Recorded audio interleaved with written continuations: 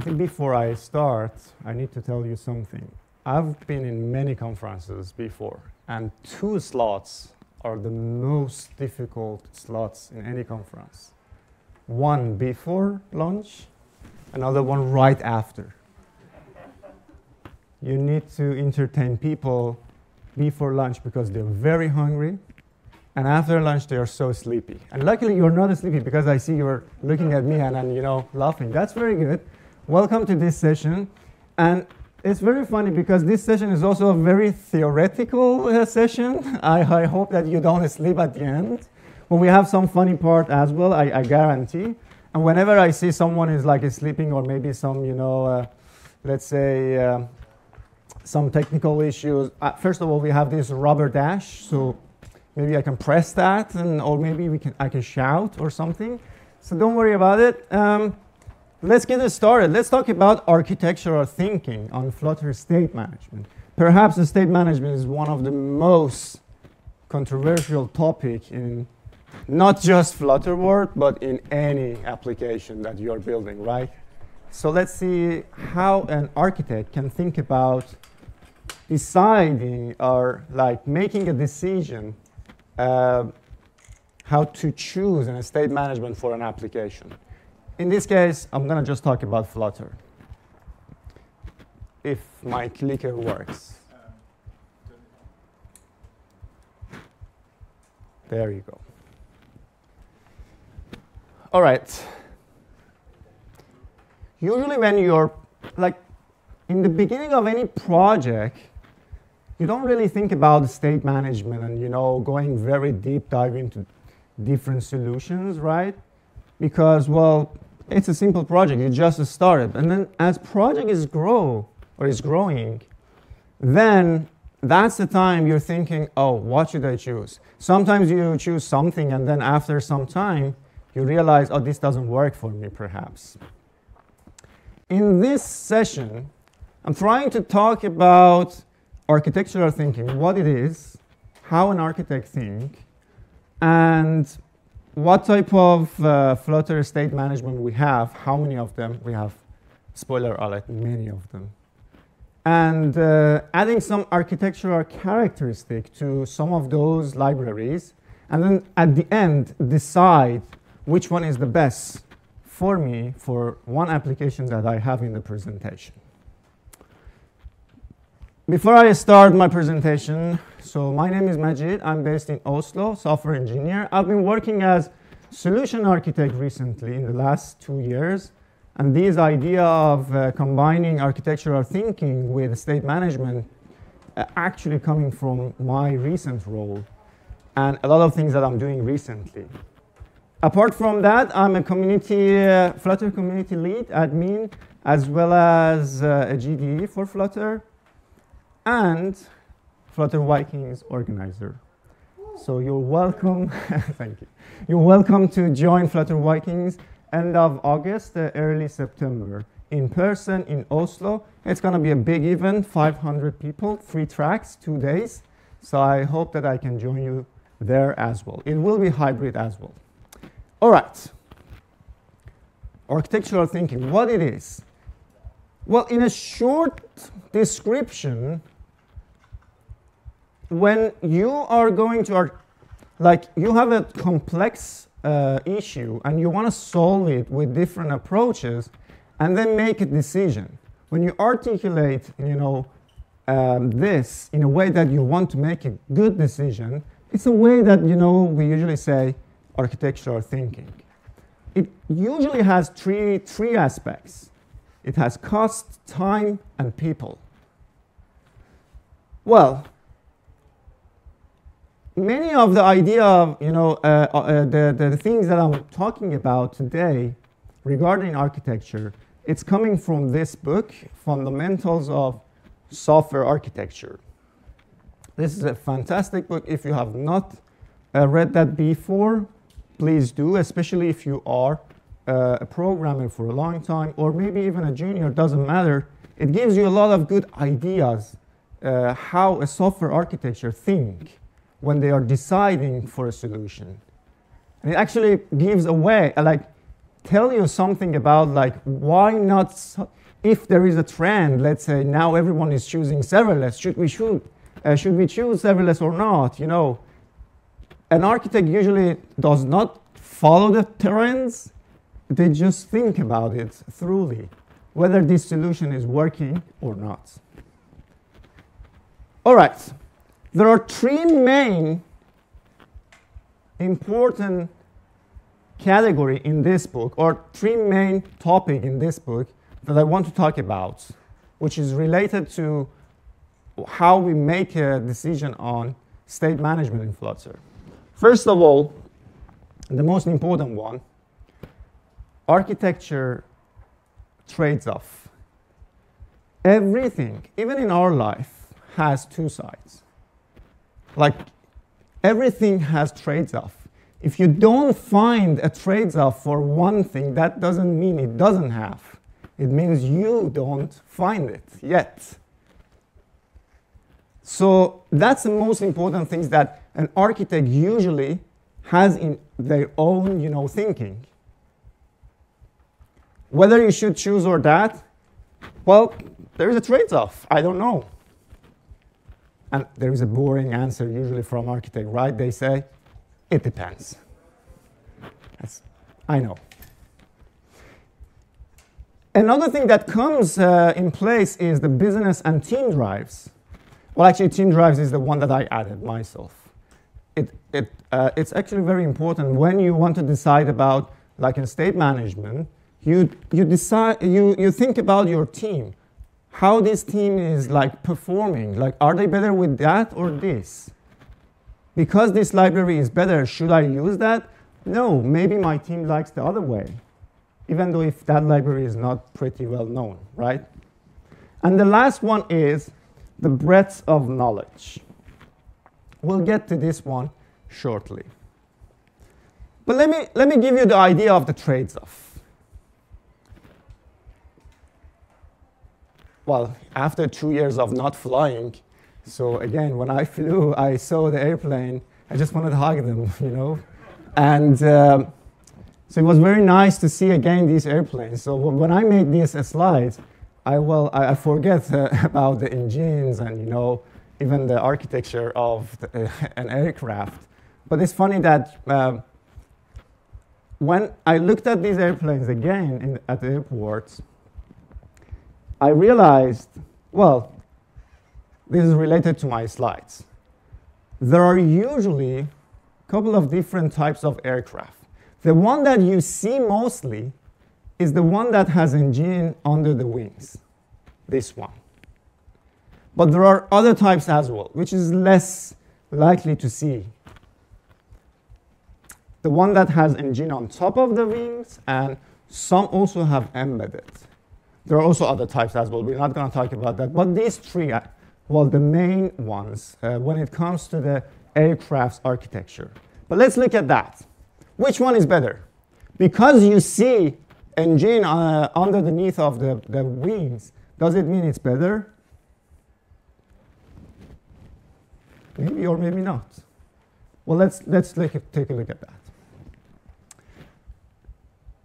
It turns out, when I was researching, when you have these type of aircrafts, when you usually have the engines below the wings, it gives you a bit of more safety because it's further from the cabin or like in the passenger aircrafts.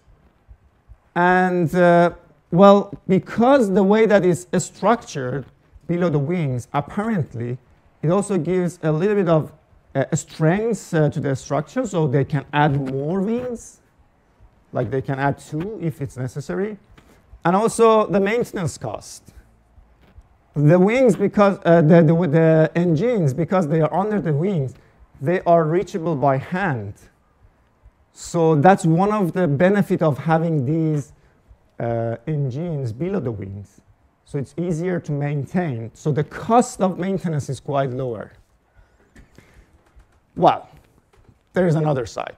As I told you, everything has a trade-off. But because the engines are below the wings, apparently because of the aerodynamic, they consume more fuels, so it will be a little bit costly for the company to handle it that way. And well, there's another thing to that, is when the wings, when the engines are under the wings, they absorb dust and like rubbish a lot. So the lifespan of the engines decreases apparently over time. And that's costly too. You see, everything has a trade-off. Now, which one is better? Well, it seems like it's hard to say, right? Depends on which situation they design engines differently. I was actually researching for when they have these engines on top of the wings. Apparently, for those airports that they're very windy, so it's better to have aircrafts with engines on top, especially like if it's not big aircraft for passenger, aircrafts. I'm not an expert in that field, but I was just researching and reading on internet. That's actually trades-off I'm talking about. We are seeing wings underneath, but that doesn't mean it's better. There are trades-off. We just need to find out. We need to find out which situation. And that is something that we're going to actually today apply to state management in Flutter. Let's look at that. But before that, the breadth of knowledge. An architect usually must keep their knowledge quite wide. So many of us, probably we know what we know. And we are also very expert on that skill. But that's just the top of the, this shape. Whatever name is that, I just forget. Yeah, pyramid. So then an architect usually must expose themselves to, a lot of information. So they need to know what they don't know. At least they need to know. I'll give you an example here. All of you are Flutter developers. Who has seen this pattern? Oh, come on. Are you even reading documentation? None of you. That's what I'm talking about. If you are making a decision, if you want to think about like an architect, you must know what you don't know. You must know there is a pattern in state management in Flutter called triple pattern, and you don't know what it is. I even don't know. I just know I don't know. So that's what I'm talking about. So you need to expose yourself if you want to make a good decision. All right, but let's talk about Flutter state management, the maybe funny part. Usually people say after this talk we need to have fight because, well, at the end I say this is better or that is better, and then you have another opinion, But we try to keep it very peaceful. But why state is very controversial? Why everyone is looking for a state in Flutter application? I think one of the main reasons is because, first of all, Flutter comes with an opinionated way of handling state. It gives you lots of opportunity to manage your states. It has a built-in feature for sure, but it also allows you to do whatever you want. Another thing is that many times, for many applications, developers usually think state is the architecture of your application. However, to my opinion, as an architect, state is just one layer in your application.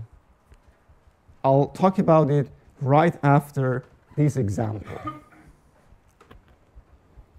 So, I wanted to build this application, MJ Coffee app. In all of my tutorials, videos on YouTube, everywhere that I make, videos and write articles and stuff like that, I'm talking about my application. So I'm adding things to that, enhancing. In the beginning, when I wanted to build this application, me and my team, let's say, I wanted to build this application in a way I wanted to choose a state management for it. So it's a very simple application. It has like a home screen, login, list of coffees, coffees details. You can order coffees, you know, a very typical application. So first thing comes to my mind was how should I manage my state here? Should I keep them per screen, or should I keep them in one place and share across the screens? Well, here's the things that I want to tell you. Again, that depends. Let's talk about it. There are two types of state in Flutter. One is the one we say app state, when you want to share a state across different widgets or maybe all widgets. An example is authentication. You want to check whether user is logged in or not. It's kind of a state that you want to share on different screens and show different things, or maybe even block that screen to be loading, right? Another one is you're handling your state in just one widget, and you're just changing something in one widget. That is what we call in Flutter ephemeral state, or temporary states. This is absolutely fine to have two types of state management for these two scenarios. There is nothing wrong to have two state management solutions in your application. For one single widget, you can just use maybe the built-in feature. Use just set state. Why do you want to make it complicated and use a package for just one widget, right? You can do that. But you can also make it simpler and keep that state only on that widget. When I looked at the Flutter documentation, well, that's my reference, right? As a Flutter developer, I'm coming. I see how many solutions I have on actually official documentation. I found, well, these ones. Well, that was a lot already. So if I want to spend and learn all of them, it just takes so much time, right? It's very hard to decide now which one should I use. The situation gets even worse if you look at this chart from one of the community members. You actually see that is top 30. That means we have more than 30 solutions. It's only 30 of them in this chart. We have 30 state management solutions for Flutter, ranked by one of the community member, Mike. He usually updates these charts, you know, from time to time. So I got this picture and I said, okay, now that's even worse. Now I have 30, you know, solution. Then as an architect, how can I choose something here? Which one is better for my application, for MJ Coffee app that I mentioned? There are some factors, at least here in this chart and the previous one in the Flutter documentation, that gives me some indication. Let's look at that. First of all, I quickly categorize this state management at least to 3 main categories. Those libraries that are a wrapper based on Flutter, you know, built-in features, inherited widget like provider or Revpod, or those that are actually falling into reactive programming, like they uses a lot of streams and, you know, managing state in that way. And a functional programming base, like Redux. If you are coming from web, for example, you might be familiar with the concept. So 3 types, at least I could categorize them. This is by itself was one step further. Why? Because I know like my application didn't need like reactive or maybe functional because my team was not very comfortable with that. Then I could probably go to the first category. But that's not enough. I need to have more characteristic. Let's look at that. Then I looked at the other criteria. This is very subjective. This is actually relying on your team, your project, the feature of the project, you know, so on and so forth. So I wanted to narrow down my list to get at least a couple of them, not 30, maybe 5 or 6 to compare, right? So I said, I want something that is widely used. How For example, maybe they have more likes, GitHub's activities, maintenance, articles. That's not a very good indication, but at least it's giving me some indication that people are using this package. Does it mean this is better than others? No. But, well, I can at least narrow down my list. Look at all of those packages and check which one has a good documentation. As a developer, for me, having a documentation is everything. I don't have time to spend, and just learn from articles and, from like source code. I just need a straightforward examples from documentation, maybe copy and paste, and we're good to go. For me, it was very important, these packages, I'm going to use a package. This is a dependency for your application. You don't want to use a dependency that does not have a good code coverage. If a plugin is not, or a package is not well tested, then how can you trust that? You cannot. So simply adding one criteria, say, I want to have at least 70% code coverage. That already gives me a very short list. By looking at the previous slides, you can do that. Or maybe I want only one solution. I don't want a package that does 5 other things. My problem is, the issue is I want to solve state in my application. I just don't want to spend time and do more things with that package, right? So for me, it was doing one thing and do it very good. That mindset was a good thing. Active repository, like, okay, there are many solutions that usually come out. Like, I'm also maintainer of many packages. Sometimes I just make a package and then I forget to maintain it. Like, the last commit is for last year.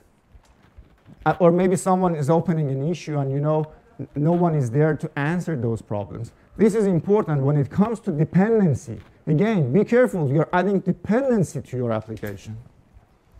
Or maybe for me, a good plus was if the package also doing dependency injection. Maybe less dependency is better. You can manage dependency injection differently, but if that package also comes with a dependency injection, maybe it's better for me. All right, now I have a shorter list. I'll show you quickly. But before that, where is those characteristics that I mentioned? As an architect,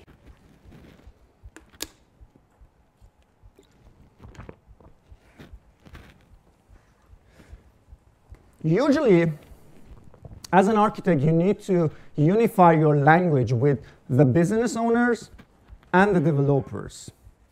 So you're talking about, for example, scalability. You need to define what scalability means for business. Maybe that means merger.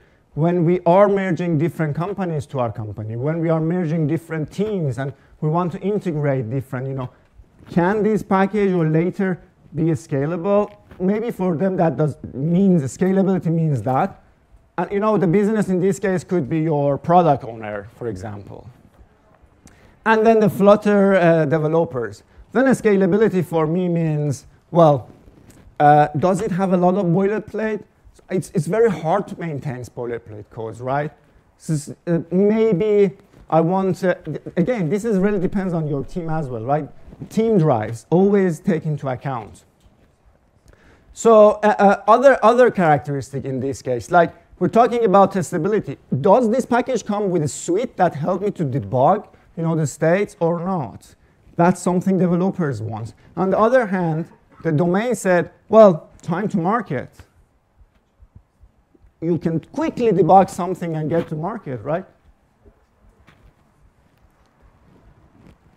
Or agility in this case. Developer satisfaction with different criteria here. You have this chart. The main idea of the chart is to grab some characteristic, translate it to business language and developer language, and then now you have something under your hand as an architect that you can start comparing based on the characteristic. Let's get into the packages based on those factors, the categories that I made, as well as the characteristic, and compare 6 different packages that it came to that list. I narrowed down 30-something state management to 6. It's easier now to compare. Well, I had the experience working with these 6 packages already. That doesn't mean you have to spend so much time and learn it, but it's good if you can do it. At least get an understanding. Again, bits of knowledge. The things that you don't know, but at least you know there is something there, right? But let's get into that. I hope it's big enough for you. For me, it's quite small. I don't really see here. All right, but let's look at this here. Does this one have laser? It won't work. There you go. But then you need to follow my words on slides. Simplicity. Set a state. Well, the simplest solution. Under your hand, it comes with no dependencies. It's there. Simple. Anyone can learn quickly, within a second. It's very simple. So productivity, well, for me, well, maybe. Depends on how big your application is getting, right? If it's quite a small, maybe, but after adding some screens, using set a state, passing down this state, and then scaling them up again, it's probably not really scalable, and also make you productive. Maybe some stars here. And set a state, by the way, it's my base for comparison. So the rest of the packages are compared with this one. And then, like agility, we have the definition. Does this make me quickly build an application? I want a prototype application, 3-4 pages, nothing else, right? Does it make me quite fast to do that? Yeah, of course. No dependency, no learning curves, nothing. It's just there. Just use it.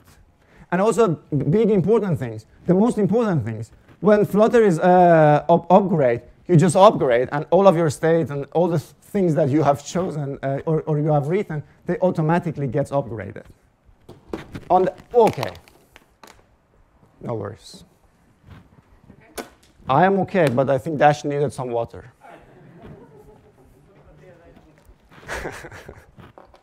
Sorry for that. So then I had some conclusion here. I said that maybe this is very good for ephemeral state.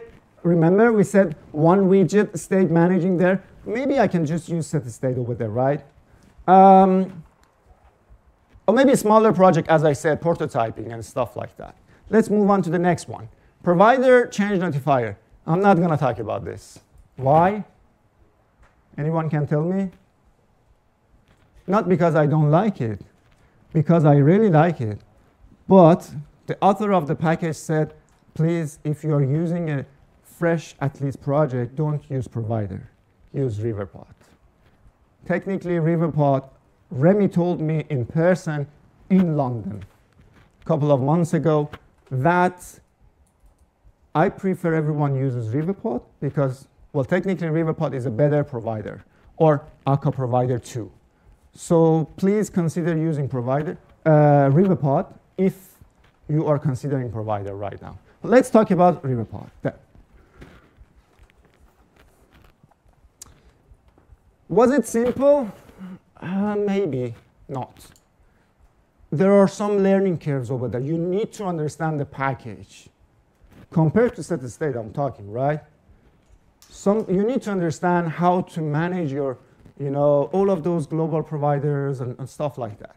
You are looking for best practices, things like that. Then it makes you a little bit less productive, at least in the beginning, right? And then scalable, but it's highly scalable because it is a very well-tested package from a person who has done provider from the beginning of the Flutter, and it's recommended, provider was recommended from Flutter team for a long time, and now he learned everything from that package, put it into a better package, now it's put under your hand. So definitely, we know that it's going to be a good package. And a bunch of other things. Because I don't have time, I just don't want to speak about all of them. But those characteristics, giving some stars, how did I do that? Well, again, I had some experience writing Riverpod from the time that it was kind of in beta. But if you don't have time, how can you make sure, at least give some, estimation here? Any idea as an architect? Do you really need to go deep to the technology to give a rate, or you can estimate something based on some factors? How do you do that? You see the examples? Examples, source codes, other articles, the documentation. You get some idea there because you are all expert. You already have done something there. You have some idea, right?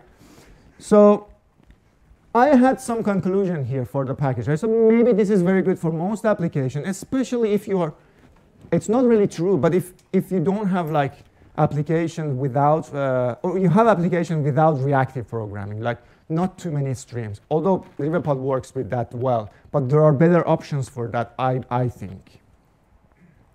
So block, and not as a pattern, I'm talking about the package.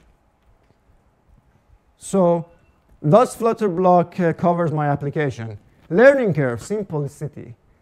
It's actually very hard, especially if you have junior developers in your team. You might get some bumps. You might not do it in a correct way many times, So, but it's highly scalable. If you have an application working with live data, or like WebSocket thingy, and maybe you have an IoT application. I used to work in a company that it had an IoT application. All the data were kind of real time. So the best option for us at that time was block, because, well, you're opening in a stream, you have a state, it's coming and going, and it's very nice flow in your application, right? But there are something that you need to take into account. It might actually block you at some point, like maybe even a couple of weeks, because your developer needs to understand the pattern, needs to understand the best practices over there, they needs to understand a lot of things about the streams. Generally, streams are very hard to understand. It looks simple, but don't look at this simplicity. It's actually very hard. So another one was MobX. Again, it's from the same category, but when I worked with MobX, I actually had a pair programming with the author of MobX. The video is published on my YouTube channel. So we went even into some bumps in my videos. Actually, he fixed it, by the way, and he added those features too. But here's the things. It comes with some kind of extra features that your developers, team drives here is important. Code generation. Maybe your team is really big fan of code generation. Maybe not. Is it a good thing to do it right now because of meta-programming and stuff that is coming? Well, maybe or maybe not. But what do you need right now? Of course, author told me that it's better not to use the code generation if you are using MobX. Go to the other way of using the package. But again, it had some learning curves. You need to learn about side effects, actions, events. A bunch of things that is coming to the package, especially for junior, might be a little bit, tedious to learn. Let's move on to Redux. You have a bunch of web developers excited coming to the project and they want to do mobile application right now. Well, why not using Redux, for example, if they are all familiar with the package? This is Team Drive I'm talking about as an architect. You have a lot of things there. Well, it's not simple. It might not be as scalable as you are thinking. The Dart feature for Redux might not be as good as what you have in JavaScript, for example. But here is the thing. It actually fits in your team. Everyone is web developers. They already knew this. Maybe they have done that, right? Maybe this is something that you want to look at. And last one, Get It with Get It Mixing. Get It is actually a package solving the dependency injection with an idea of service locator to make it simple to use, your dependency injection. And the author has created Get It Mixing, where you can combine these two and have an state management for your application.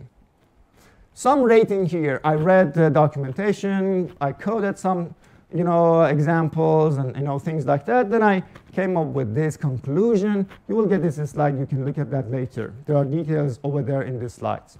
But then at the end of the day, I got this chart. This was what I was looking for. Now I have all of these characteristics rated. I have a base. I have my application. I narrowed down my list. Couple of good examples here, like packages. Now I want to see how I can choose the best package for MJ Coffee app.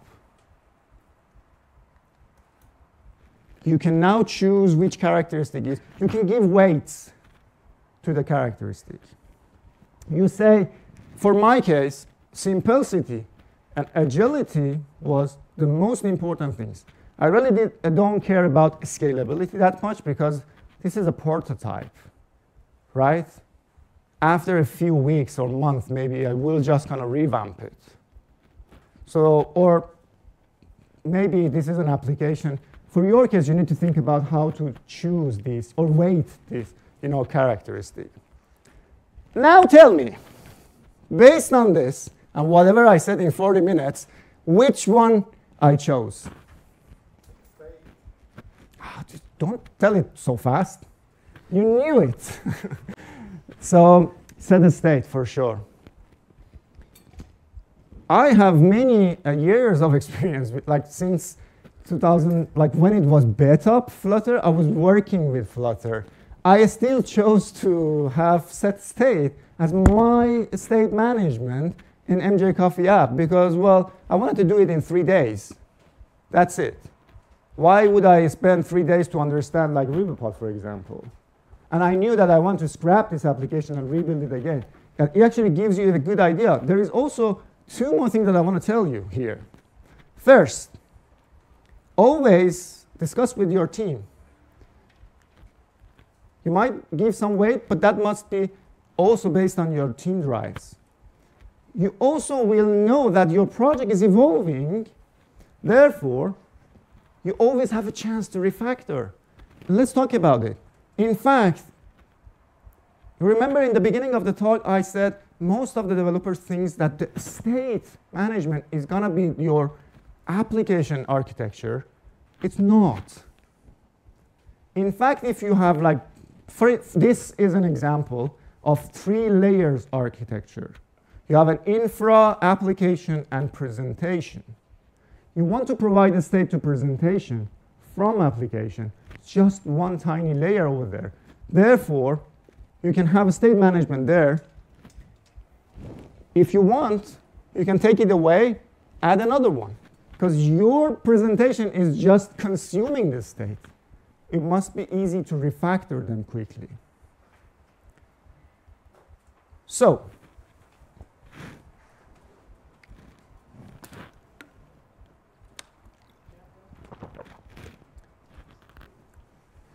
what did we learn? Architectural thinking. Now you know at least how architects usually think about the issues and how they kind of evaluate. This was actually a very trivial example. It's way more than that in a real project for choosing a pattern for let's say, for a backend infrastructure. But we can always be inspired and use something for our application. You know the characteristic, you know the characteristics, at least some of them. You know how you can translate them for different languages. And at the end, decide, you make a very, actually, good decision for your state management. Now, question. What do you think is the best state management package? It depends. Everyone, it depends. It's the most boring answer that you can give to someone, but that's actually it. It really depends. You need to think about different things. Step back, look from outside, take a look at your project, the future, and then decide. Hopefully you will have very good decision. Thank you very much.